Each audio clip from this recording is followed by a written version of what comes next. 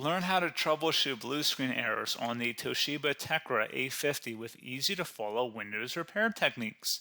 This tutorial helps resolve common crash issues quickly. So while you're performing updates, you're getting an IRQR not less or equal message, K-mode exception not handled, kernel data in page error. A lot of errors pertain to this problem, and we're going to go ahead and jump into what should hopefully be a pretty straightforward process, guys. And we're going to go ahead and jump right into it. So first thing I'd recommend doing would be to actually go ahead and boot to the troubleshooting utility on Windows 11. So if you do a hard power off 3 times in a row, Windows should automatically attempt to launch the starter prepare utility. And if it doesn't find anything, it will give you the option to select advanced settings, in which case it would take you to a screen that looks like this. Now, if it does not take you to a screen that looks like this, or you're unable to get to that, you can also download the Windows 10 Media Creation Utility, or Windows 11. They probably will make a creation utility for Windows 11 at some point. And it doesn't really matter. You can actually run the Windows 10 utility on Windows 11 as far as I'm aware. And you should be able to run the troubleshooting utilities built in within it. So you just would go ahead and download it to an ISO file and then burn it to a DVD or USB. It'd have to be about 4 gigabytes or more. It couldn't be a small USB flash drive, and it couldn't be a CD. It'd have to be a DVD. And then you'd boot your computer from it. So depending on the computer manufacturer, you'd have to tap a different key on your keyboard in order to launch that menu, in order to select what boot drive you want to go off of. So it could be anything between the escape key, F2, F8, F12, for example. And those are the function keys on the top of your keyboard. So you may have to just do a little bit of trial and error. Shouldn't take you more than a couple minutes. Googling it would probably be best before you even begin. But anyway, we're ready to go ahead and jump right into it. So we're on the choose an option page. So these will look very similar whether you're booting from it directly within Windows itself, or if you're plugged in a USB flash drive with the media creation utility installed and you selected the recovery option. So when you are setting up your Windows 11 installation or Windows 10, depending on the drive you're using, there should be an option to repair your computer in the bottom left corner of the dialog window, one of the first screens that comes up. You go ahead and select that, and then it would take you to a troubleshooting screen like you see here. And you want to go ahead and select troubleshoot, reset your PC, or see advanced options. And then there are going to be a whole bunch of options in here that we're going to explore in today's video. The first one, we're going to actually go underneath advanced options and then select startup prepare, fix problems that keep Windows from loading. So go ahead and select that first.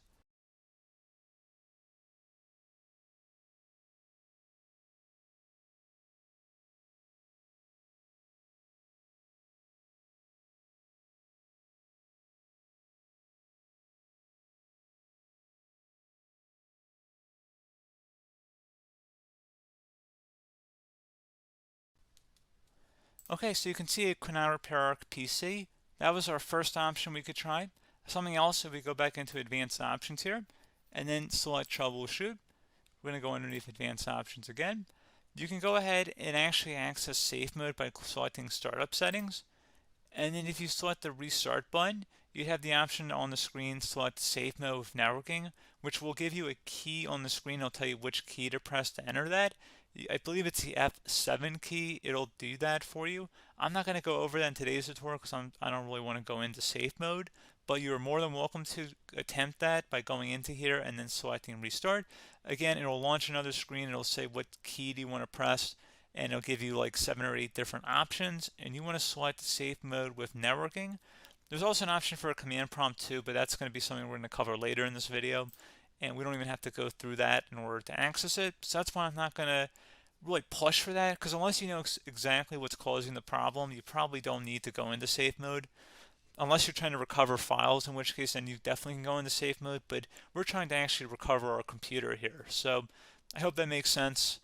Something else we can also try here as well would be to uninstall updates, remove recently installed quality or feature updates from Windows. So if you go ahead and select that, you can uninstall the latest quality updates, which generally is the more day-to-day updates.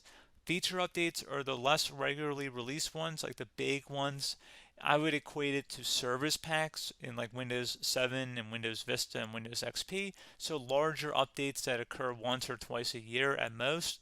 And the quality updates are more just a regular update. So probably obviously depend. It'll take longer if you're going to try and uninstall the latest feature update versus quality update, and maybe you don't need to go back that far. So just giving you guys a couple pointers with that. Something else you can also look at here, and we're going to jump into the command prompt in a little bit, but you can select System Restore, which will use a restore point recorded on your PC to restore Windows. And this is something I would highly recommend here, guys. So select Next. Assuming you have a restore point saved on your computer, you go ahead and select the most recently created one, and you'll select Next, and then you'll select the drive. You shouldn't actually have to select the drive. You can scan for affected programs, but we're going to keep it all default here, and then we're going to select Finish.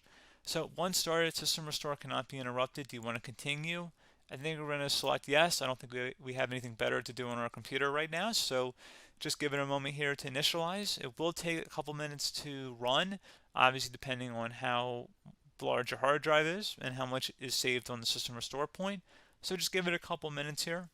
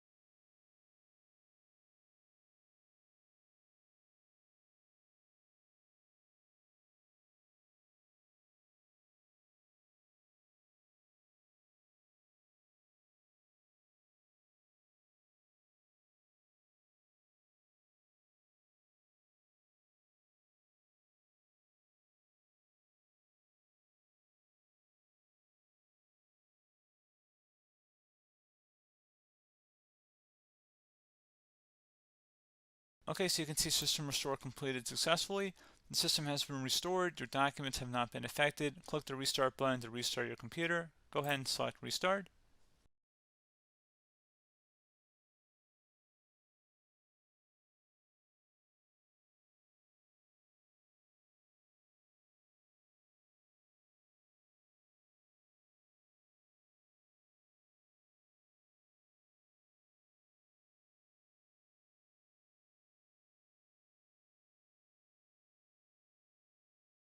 Okay, so you can see the system has been restored successfully. We're going to go over a couple different methods in addition to that if that did not work. So I'm just going to pause the video and we're going to start back on the recovery screen that we started with. Okay, so a couple other things we can try here too. If you go back into troubleshoot, you can select reset your PC, while you choose to keep or remove your personal files and then reinstalls Windows. You can select to keep my files, which will remove apps and settings but keeps your personal files. You can also select remove everything, which will remove all of your personal files, apps, and settings. So this is more of a factory reset, the second option here. First option, it should not delete all of your personal files. However, it will pretty much clear most of your programs. And keep in mind, there's no guarantee that your information, number one, is even still available and easily recoverable on your computer to the point that you actually would be able to recover anything. And the second point is that there's always a chance that it won't actually recover and it will just do a factory reset anyway. So there's no guarantee that actually would keep your files anyway. So I would recommend trying to get a recovery tool and backing that up first before selecting it anyway. But again, those are a couple of different options. And then something else you can try here if you go back to the choose an option. Another option, if you go underneath choose an option and select troubleshoot, advanced options, and now select where it says command prompt.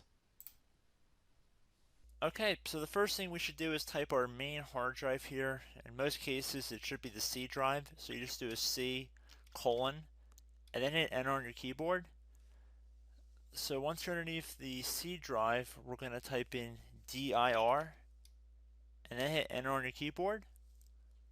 It should have program files, users, and Windows all in there. That's how you know you're in the right directory.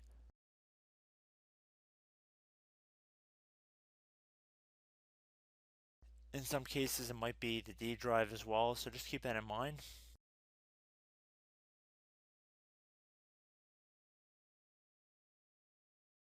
Next thing we're going to do is type in CD space / Windows / System32 / config,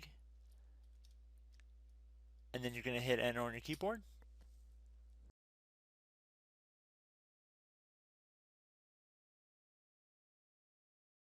So now you're going to type md space backup.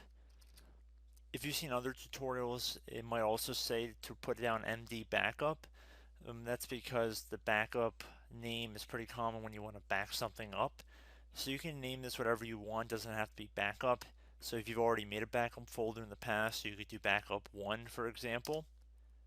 So once you're done setting the name you want the backup to be called, hit enter on your keyboard again.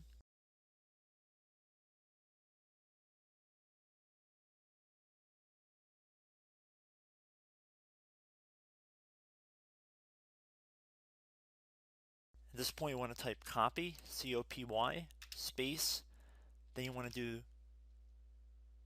the star symbol above the 8 key, then do a period or a dot, whatever you want to call it, then another star sign, and then another space, and then type backup, and then hit enter on your keyboard.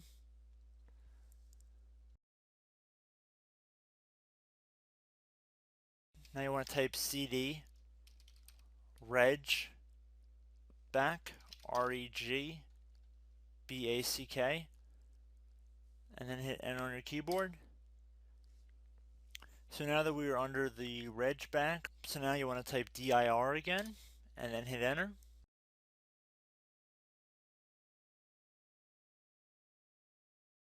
So now at this point we're going to type copy again. So copy, space, star sign, dot, another star sign, space, and then 2 dots.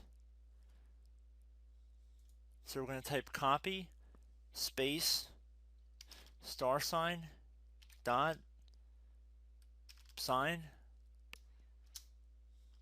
star sign, dot, dot, and then hit enter on your keyboard again. So for overwrite, you want to overwrite all. So type A on your keyboard, so capital A, and then hit enter on your keyboard.